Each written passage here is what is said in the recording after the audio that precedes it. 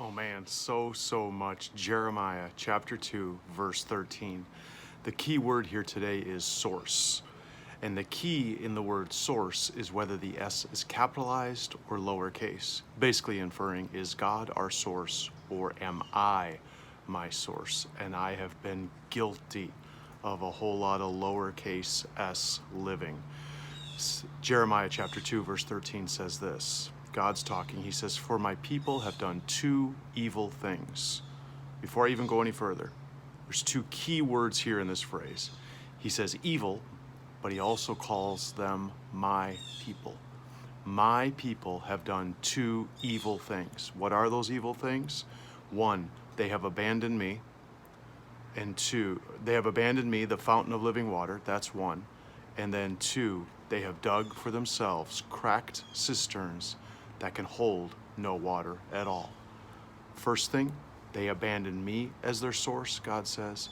And number two, they became their own source for water, for survival. I have done the same. I'm telling you, my cracked cisterns that I've put my effort in is my hope in is number one, my efforts, and number two, people. Specifically affirmation, support, and love from people. Man, those aren't like bad things. Those aren't overtly sinful, awful. Oh, except for that God says, my people have done two evil things. They abandoned me. Never intentionally abandoned God. Never said, hey, God, you stay over here. I'll do my own thing. Or have I? Or have you? They abandoned me and they have dug for themselves. We as humans desperately want to do things ourselves.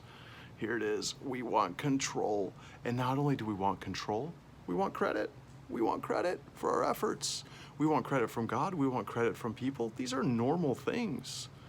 But God invites us to not abandon him, embrace him, trust him as our source, fountain of living water, it says here in Jeremiah. Fountain. Not just one hit, a fountain that continues to flow, a fountain. And not having to dig for ourselves and keep digging until we hit water and then dig and then dig and then dig and then dig, or take the water that God gives us and then try to protect it, try to seal it, try to keep it from leaking. You know what? I heard my pastor say years ago, one of the most miserable people is a half-full Christian trying to overflow.